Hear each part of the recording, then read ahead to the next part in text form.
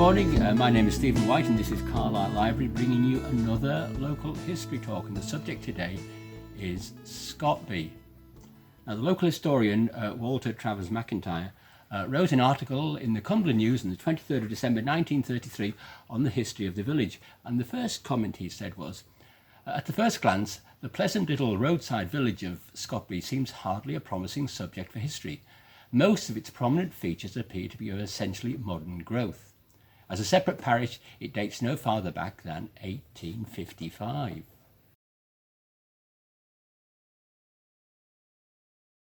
He went on to say this is in 1933 when the population of Scotby was about 800.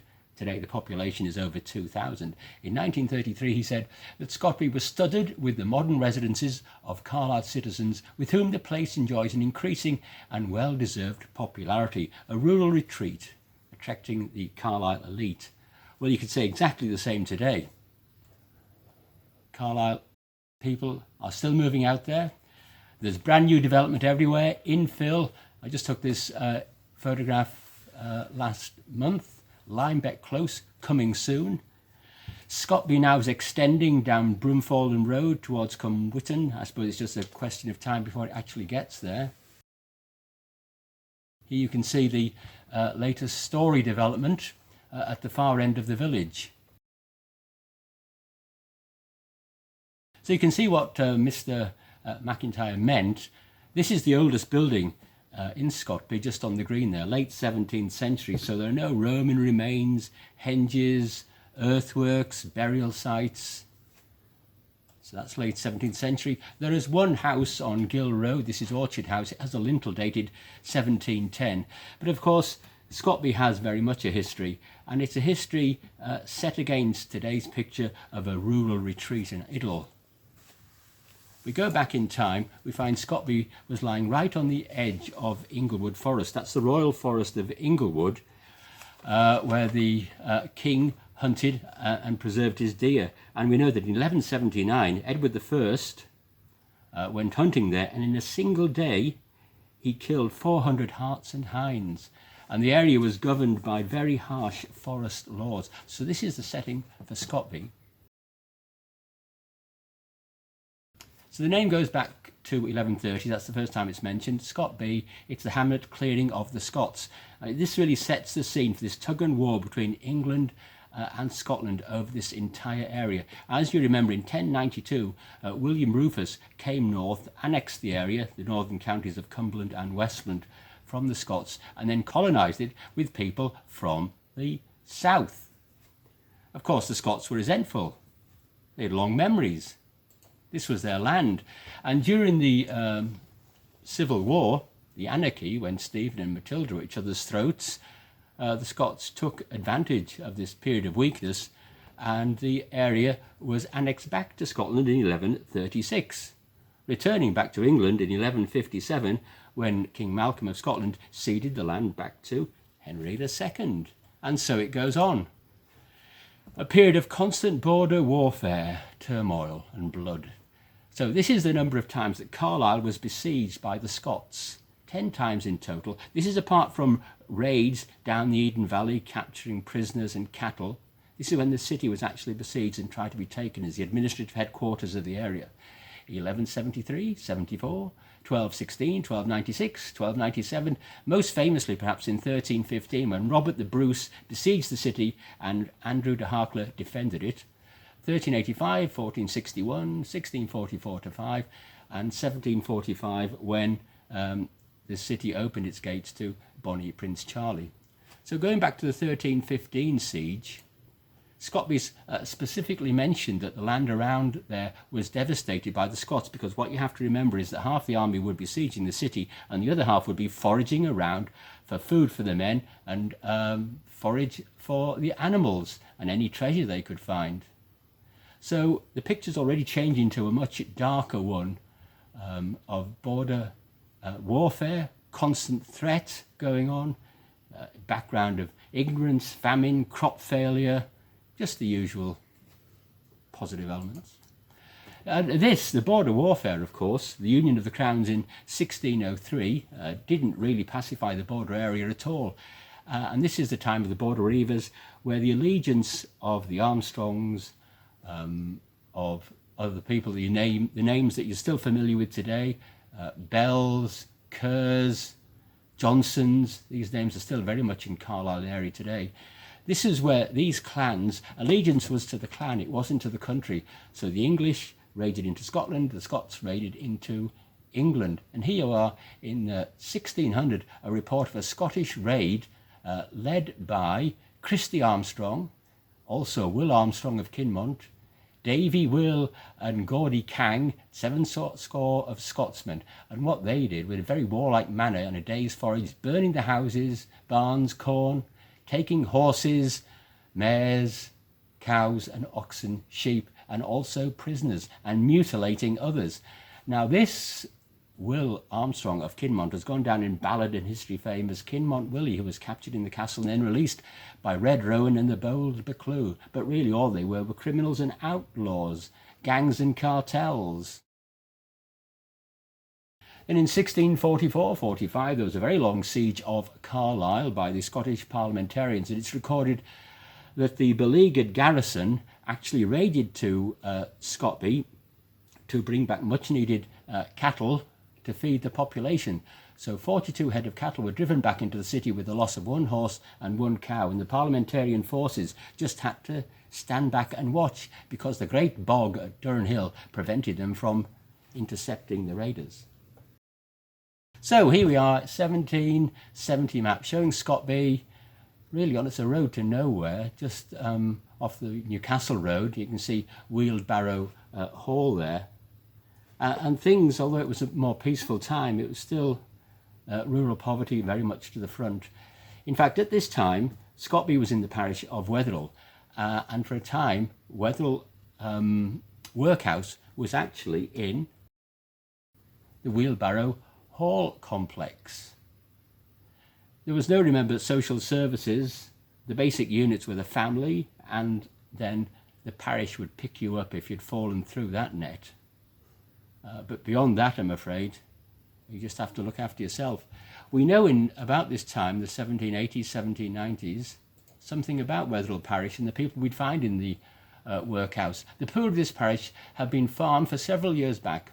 About a month ago, however, a house was hired by the parishioners and has been converted into a workhouse, wherein the undermentioned paupers are lodged and maintained. So this is one house, is one complex there in the same dining hall, hopefully, or perhaps hopefully not, the same dormitories. You had R.A., aged 88, has been 6 years under the care of the parish. He was formerly a small farmer, and I particularly like this phrase. It's what I'm looking forward to. And became a pauper from old age and its attendant misfortunes.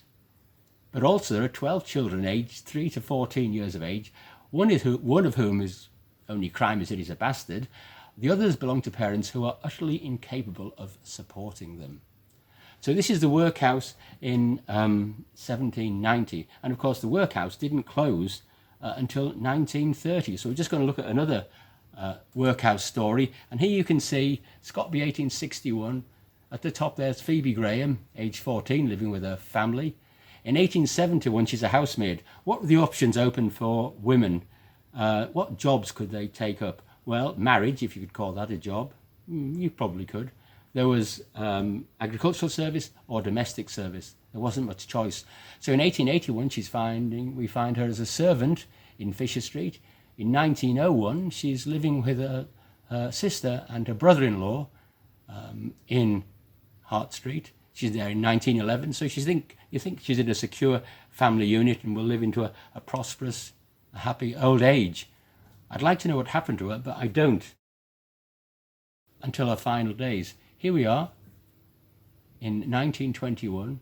Phoebe Graham at the bottom. She's been admitted at the age of 75 into the Fushill Street workhouse, because by this time workhouses had been reorganised and the Fushill Street one was a central workhouse for the surrounding parishes. So we can see her there. Phoebe Graham, 75, ends up in the workhouse. And that's where she died, at the bottom, Phoebe Graham. 2 Broad Street, died the 5th of October 1921.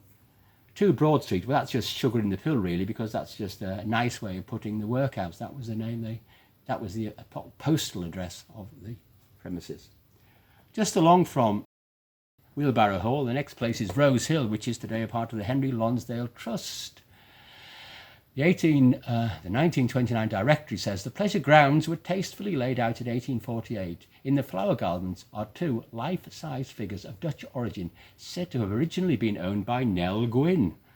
Curious. Now, there is Henry Lonsdale on the left. He was an eminent physician and an eminent local historian. You can see the entrance hall on the right there. He was also a radical in many, many ways. He was a friend of Garibaldi, Mazzini, and the Hungarian revolutionary Kossuth. And in 1860, he took a subscription to support Garibaldi's campaign in Sicily. So we're going to go to the right-hand picture, and there you can see upstairs and downstairs. And let's just have a look downstairs. Once again on the theme of servants, there you can see the family in 1861. Henry Lonsdale, his wife Elizabeth, 6 children, all supported by 5 servants. The lot of the servant was a very difficult one. It depended very much on the character of the master. You're at their beck and call, you're at their whim. And here's quite a nice Scotby story telling you about a master and mistress who I would judge were probably harsh and unfair. This is a story that made the regional and national press. Here we are, 4th of November 1859. The master and mistress, actually it was the local incumbent, the local vicar, the Reverend John McAllister, incumbent of Scotby. And on that day, the paper reported that an effigy, a guy, was burnt on the village green of the Reverend McAllister. Guns were fired in the air. The reason assigned to this extraordinary proceedings is that Mr. McAllister was rendered himself obnoxious to some of his parishioners by prosecuting 2 of his domestic servants for petty larceny. And the case was that they were supposed to have stolen some of his wife's goods. When you read the case, however, you can see he was very suspicious about the girls. He thought they were probably stealing. Worst of all, he thought they might be admitting men. He thought they might have admirers. Heavens above. They were found guilty at the magistrates' court and sentenced to a month hard labour. Worst of all, of course, is they lost their character. They were known as thieves. Because what chance would their word stand against the reverends? It goes on to say that we are informed that the reverend gentleman was hooted through the village on his way to the singing class. And when he arrived at the singing class, he found the choristers had absented themselves for the reasons above referred to. So the local villagers made their feelings very well known concerning the girls and the girls' master. This is, you could say, a good master and mistress. This is the autobiography of Mary Smith, schoolmistress and nonconformist, born 1822, the daughter of a bootmaker. She died in 1889 in Carlisle. And she went to Scotby, to the Sutton family, where she was a nurse, in other words, another servant. But the family was of a very different stamp. They opened up the library to her. They encouraged her. She was self-educated. They took her to talks of radical speakers in the town. They encouraged her in her social welfare work, and she blossomed. She became a very early lady reporter. She was very interested in girls' welfare in the city. She gave lectures about cleanliness. She hoped to improve their job prospects. And this is a picture of her. She established a school in the city. That's her back left.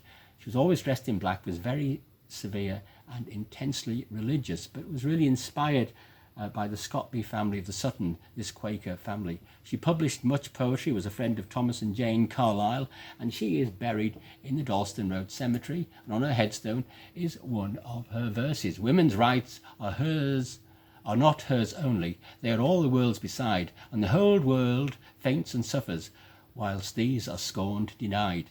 And she was an early supporter of women's suffrage, very early. In the 1860s, she formed a women's suffrage society in Carlisle, which didn't flourish. So she lived with the Sutton family, and the Suttons had a tannery, a large tannery works in the village, known throughout the whole of the north of England. They established the tannery in 1781 and it closed in 1930, and at one time employed upwards of 100 men. And here you can see where the tannery was established. just on Park Road in the bend there.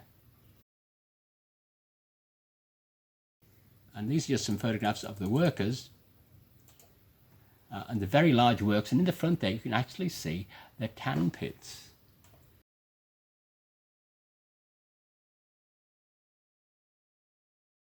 And there you can see on the left there is the Newcastle and Carlisle Railway. Next are the coal drops for the village, and on the right there the smoking stacks of the tannery. And here again you can see some of the workers, and they've all got their sleeves well rolled up. This was dirty, wet, foul work, the tanning of leather. And I have a description here talking about the early tanning processes. 1, you preserved the skin using salt, then you washed the skin to remove the salt. Then you treated the hides with urine or lime. Then you scraped off the flesh, fat and the hairs. Then you treated the hides with dog or pigeon feces or animal brains to break down the elastomers. Blah, blah, blah. It's a really smelly, horrible process. And again, there's a view of the works that dominated the village. And when the works closed in the 1930, eventually in 1999, this new development took on the site, known as the Old Tannery. But interestingly enough, in 1999 there were many objections to that development. New homes planned angered villagers. They said that the village was already full, the school was full, the roads were full, there was no more room. And they objected to no avail. So the Suttons dominated the village, and you can still see they've left their marks there today. Just on the village green there's actually a bench there said given by Miss Lydia Sutton, June 1922. Further along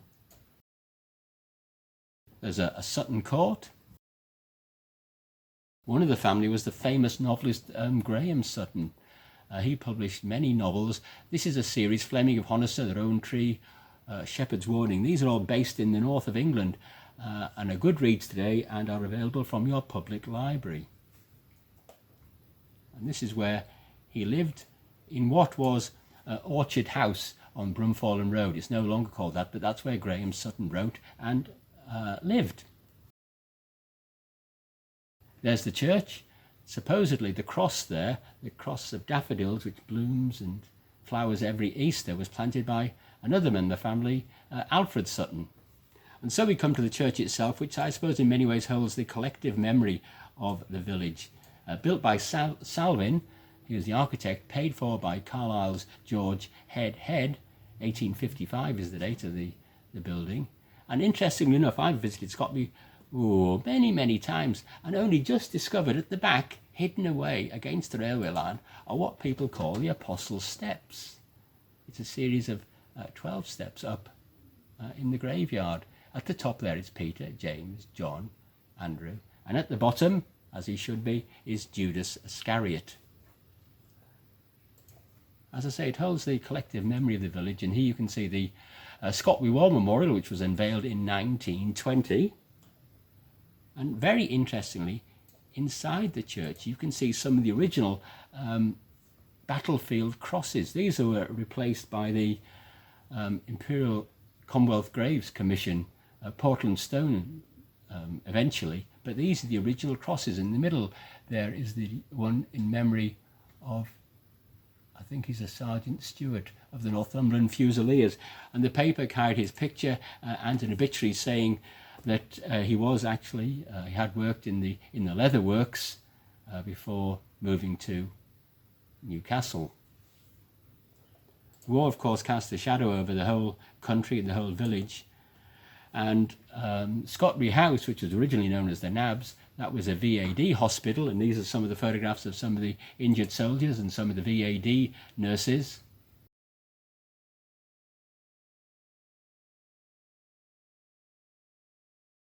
And in the Second World War, amazingly enough, Scotby saw action. It was actually bombed by an enemy aircraft in 1943, and very unfortunately, Ernest Rowe, a farmer's son who was attending a dance, was hit by an incendiary bomb and killed. There's another very interesting stone in the cemetery. It's this one here. It's the two brothers, Geoffrey Carrick Whiting and his brother Humphrey Carrick Whiting, who were killed in 1918 in the railway crash at Lazenby. They lived in St Albans and were coming north to their school. Limehouse School at that time was in Wetherell, and they were coming north to attend the school. They had an association with the area. Their mother, Miss Carrick, came from Scotby, and their grandmother lived in Oakbank, just across the way, right beside, really, the graveyard. The two boys were killed and are buried there. That, of course, the church isn't the first religious building. This is the Quaker Meeting House, dated 1718. And on the other side of the Quaker Meeting House are the gravestones of Quakers. They're rather hidden behind the wall. You don't suspect they're there. And as you won't be surprised to see, there you are. Several Suttons are memorialised there. Esther Sutton died in 1865. But even this isn't the earliest graveyard. The Quakers had another graveyard and sepulchre just in Miss Bendel's field there. So back to our early tithe map, and there you can see the school. That was also opened in 1855 on Park Road on the site of the modern school.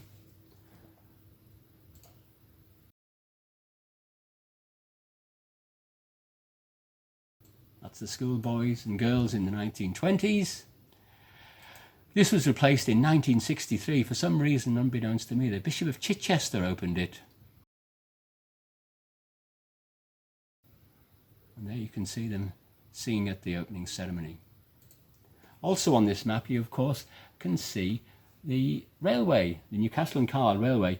The 17 miles from Carlisle just to the county border were opened in 1836, and there was of course a station right at the bend of Park Road there. And there is the station building. That closed as a station in 1959. And there you can see, looking from the station, east. And in 1876, a new station opened, and that was on the Settle Carlisle line, which had just opened at the other end of the village. And here you can see Scotby Station, and that closed in 1942. And today is a residential building.